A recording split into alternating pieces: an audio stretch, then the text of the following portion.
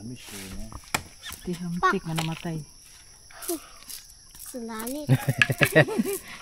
Talsik. O, Dudo. Ayun, thank you. Higop. Naigo, kita lang nila. Wala na ba? Paano? Ito na, bit-bit ko na doon. Ayos. Wala.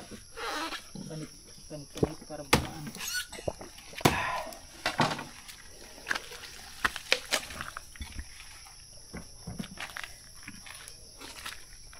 Ito, refreshing. Oo. At pag sumobra ka nito, parang ano rin to eh. O, syempre. Sa pag-gout. Parang ganyan eh. Tatas ang gout mo na ito eh.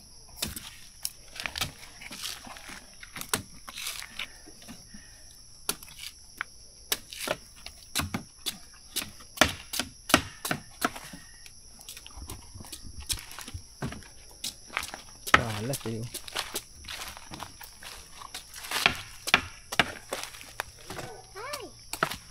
Dugman pa ini? Oh! No! Buko salad na yan. Ay, labot tayo sa mga anting. Dito tayo labot tayo sa gaw, sa ubos. Talaga mo gawa, so, Paano natin Inumin nyo man yung sabaw. Huwag mo na ilagay nyo para puro laman yan. Ah, sige, inumin natin lahat. Ay, busog na ako. Takbo-takbo ka muna dyan. Kanina pa ako dito eh. Sarap talaga bagong pikas. Oo. Hindi to kain lamon. Ayan nga magandang almusal.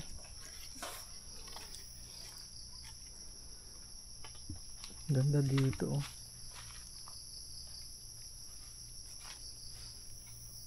Anong ginagawa dyan sa mga anyan?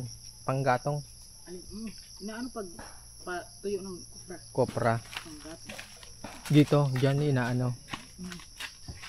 Parang sira na. Ang Kate Francis mo yan. Sira na no.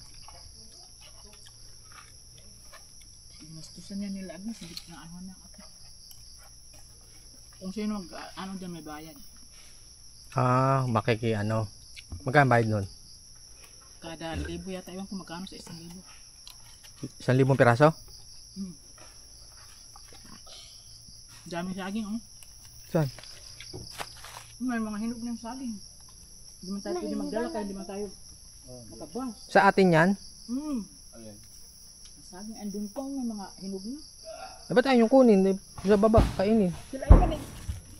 Pagod na yung iba na makyat. Ah, nabubulok na lang. Dati ano kasi Kate Francis mahilig magtanim. Oo nga.